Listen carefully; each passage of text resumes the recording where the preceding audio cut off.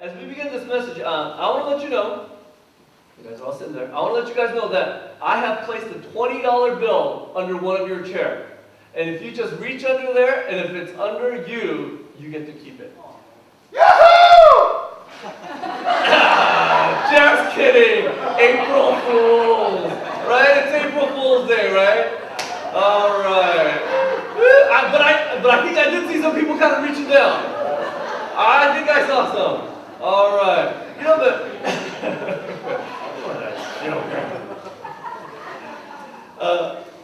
you know, when you think about April Fools, they're still laughing it up out there. April Fool's jokes and pranks. The good ones, they kind of shake up your perception, right, about something. They have a way of catching us off guard. And the really good ones will catch you in an unexpected way. Right? And that's what makes them really good. And they have a way of making what is ordinary kind of seem odd or different or extraordinary, and it makes it fun. And I'm so excited that Palm Sunday and April Fool's Day are on the same day. That's pretty rare. Right? But it's on the same day. And I like that because I think these two things actually have a lot in common. Think about that. What do April Fool's Day and Palm Sunday have in common? I think both have a way of kind of presenting things to us that not everything is what it seems. Not everything is what it seems. The passage I want to share with you today is when Jesus enters into Jerusalem. And he enters into Jerusalem knowing that he is on his way to the cross. That he is on his way to pain and suffering. But he still goes in. That he is on his way to death on the cross. And he goes in. And when I picture that in my mind, to me it's a little bit dark. It's a little bit gloomy. It's like a cloud over the whole scene. But Jesus goes in. And keeping what is happening and what we just talked about in mind, listen to the passage that I want to share with you today. And it comes from the Gospel of John. And it says, the next day, the great crowd that had come to the festival. So it's a time of celebration. It's a time of people getting together. The great crowd that had come together to the festival heard that Jesus was coming to Jerusalem. So they took branches of palm trees and went out to meet him, shouting, Hosanna! Blessed is the one who comes in the name of the Lord, the King of Israel. Jesus found a young donkey and sat on it, as it is written, do not be afraid, daughter of Zion. Look, your king is coming, sitting on a donkey's colt. His disciples did not understand these things at first. But when Jesus was glorified, meaning when Jesus died on the cross, then they remembered that these things had been written of him and that they had been done to him. That's what it says. And so it's a little bit odd, isn't it? Jesus knowing what's going to happen. This dark, and he's got this dark cloud over him. Yet people are running to him with excitement, with party in their minds. Right? And to me, it's kind of odd. He is going into Jerusalem in the last chapter of his life and ministry. And people are so happy to see him. They've heard how he's fed thousands of people. They've heard how he's healed sick people. They've heard how he raised Lazarus from the dead. They heard how he was such a great teacher and people were flocking to him. They were excited. Now Jesus is coming to their town. It's party time. But what they soon realized with Jesus is that following him is not always what it seems. Following Jesus is not always what it seems. Have you guys noticed in the Bible, when it's party time, there's thousands and thousands of people. But when Jesus begins to tell people the true nature of the kingdom of God and what it means to follow Jesus, people go, I think it's time to go home, right? And the crowd thins out. And that happens over and over again. Following Jesus is not always fun and games. And that was the April Fools of that day. What Jesus wants is commitment. What Jesus wants is for us to take a chance for God. What Jesus wants is for us to live like we believe. Jesus wants us to do ministry like all things are possible. I want to challenge you guys, where are you in your relationship with God? I like the way that Jesus' final entry into Jerusalem is called Palm Sunday, but it's also called something else. Do you guys know? Anybody? Take a wild guess. There's another word for it. It's called Passion Sunday. Right? It's Palm Sunday. We also recognize it as Passion Sunday. I see two different things happening. First is the palm perspective.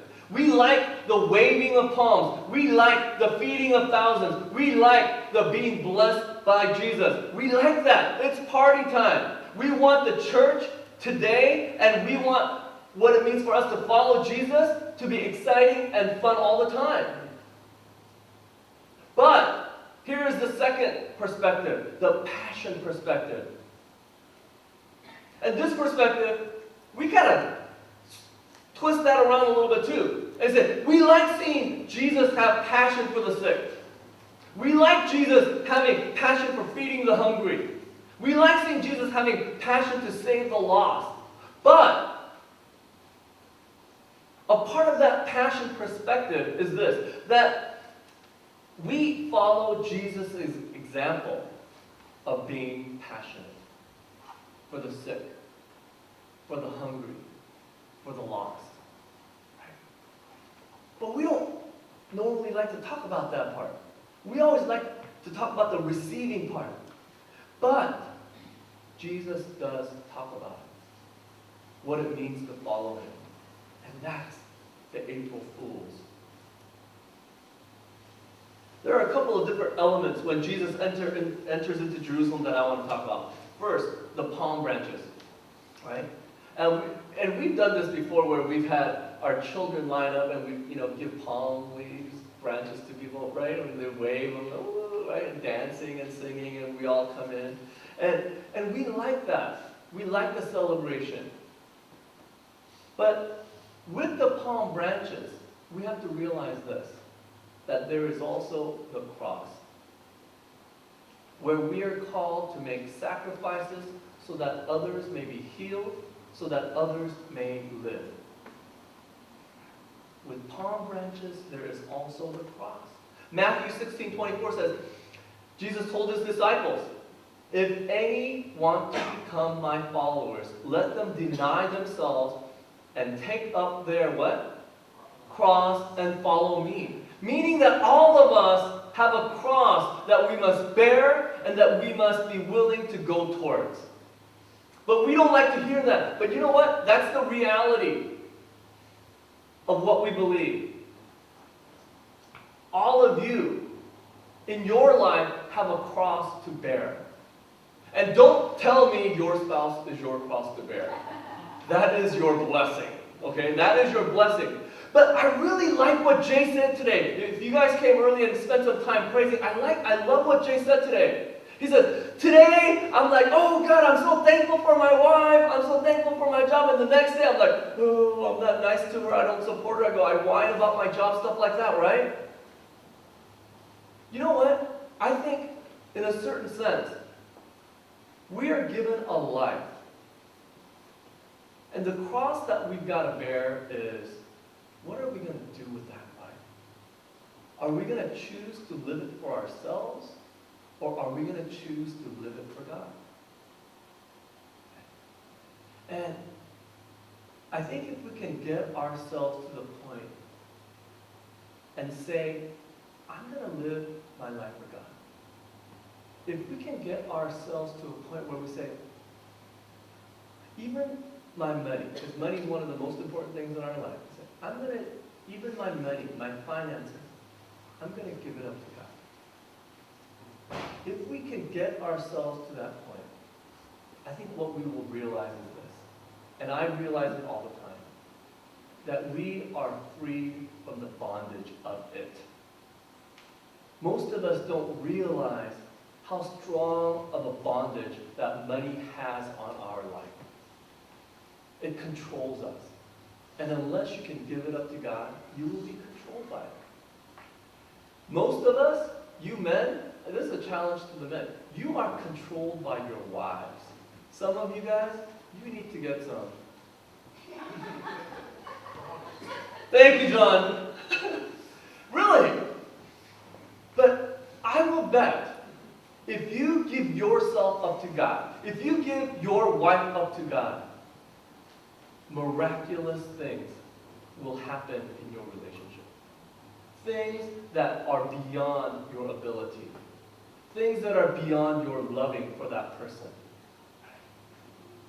That's what this Palm Passion Sunday reminds us of. That's what this April Fools reminds us of. We don't want to give up control, but if you do, something great and amazing is going to happen. April Fools. The second thing that I want to touch on is the cloak, the coat.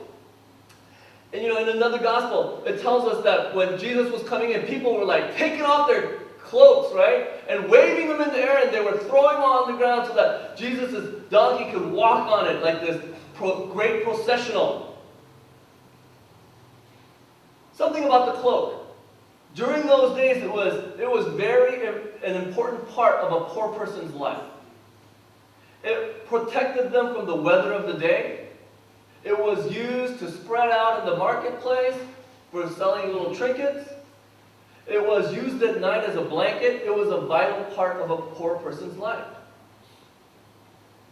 But these people who were coming up, they were willing to take it off and to celebrate Jesus coming in to Jerusalem. But what Jesus tells us is this: taking off your cloak is not enough. In fact, I want the shirt off your back. What does that mean? Think about it. We've all heard that expression, right? The shirt off your back. I think it's actually there's more meaning to it, at least for Christians, than we realize. Taking the shirt off our back, it was a humiliating process of revealing the flesh.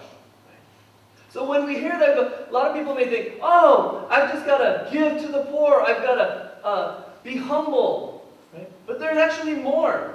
And in Luke, Jesus talks about it. He says, from anyone who takes away your coat, do not withhold even your shirt. Meaning, take off more. And that's what Jesus says. Jesus wants more of us than you can realize, than you can imagine. To a point where we are broken, where we are humbled. Like I said, this passage, this phrase is not just about sacrificing and giving to those in need. It's about living an empowered life that helps other people see the brokenness of our world. In your life, are you actively revealing the brokenness of your world? And all you got to do, you don't even have to look far. Just look at your personal life, look at the lives of the people around you, and I will bet you will find brokenness. Something that is, that shouldn't be. In the ancient Near East time, they had what was called the law of retaliation. Law of retaliation. That meant that when someone wrongs you, you had the right to retaliate and get justice. An eye for an eye. Right? Arm for an arm, or whatever. But Jesus says this: if you're going to follow me, it's not about eye for an eye.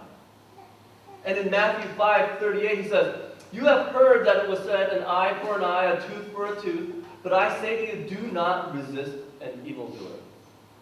But if anyone strikes you on the right cheek, turn the other also, meaning let the other side also. And if anyone wants to sue you and take your coat, instead of fighting back, what does it say? Give your cloak as well. And if anyone forces you to go 1 mile, go also the 2nd mile. Give to everyone who begs from you, and do not refuse anyone who wants to borrow from you. Right? When you read that passage, you go, oh, I just have to give, that's what it means to be a